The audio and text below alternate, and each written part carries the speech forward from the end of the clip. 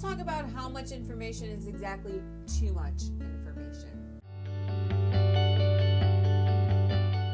Dear Coach Selina, I used to think that being open enough to bare my soul to others, sometimes even to strangers, made me emotionally mature. But after a recent heartbreak, I am beginning to reconsider. How can one determine what a healthy level of intimacy is in order to avoid being too cut off, aloof, and guarded, but also not foolishly being emotionally promiscuous? I know about this all too well. I've done both. I was too guarded and I was too emotionally promiscuous. I talked about my credit.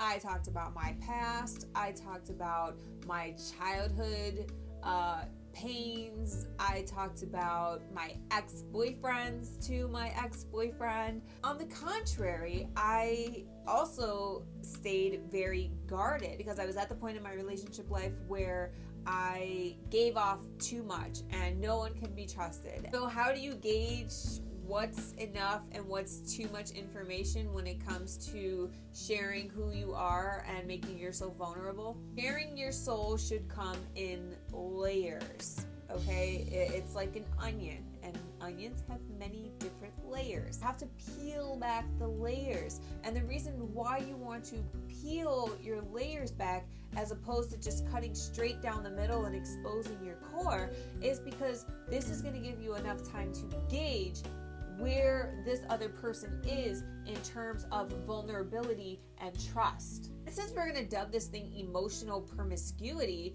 then emotional intimacy comes from a number of things. It's based on your experiences. It also depends on communication.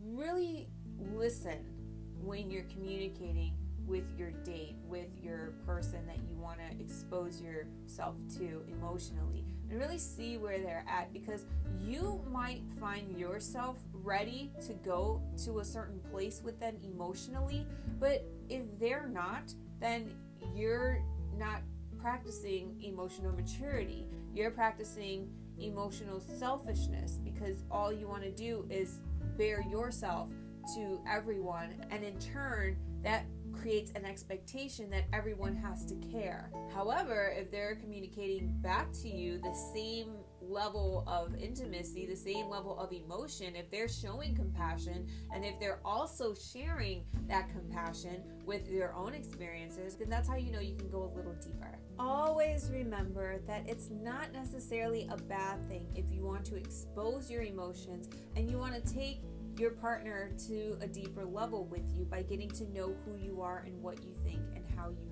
feel. However, you do want to make sure that you're going at the same pace with your partner. If they're not at that level to share with you, then you want to make sure that they're feeling comfortable receiving as well as sharing in return. And if they're not at that level yet and you find yourself talking to someone who's just kind of a closed book, then what you're going to want to do is guard your heart, be patient, and continue to provide a comfortable environment so that that openness can happen over time.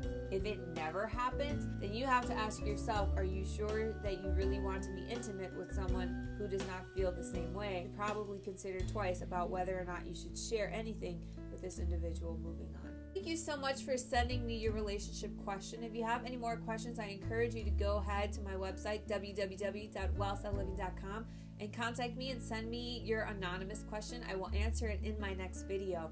Also, if you enjoyed this video and you want to see more of me and what I have to offer, then I encourage you to join my exclusive list. You can do it right here by clicking on the annotation below, or you can go to my website and join right there on the front page, and you'll also get a free gift as soon as you enroll.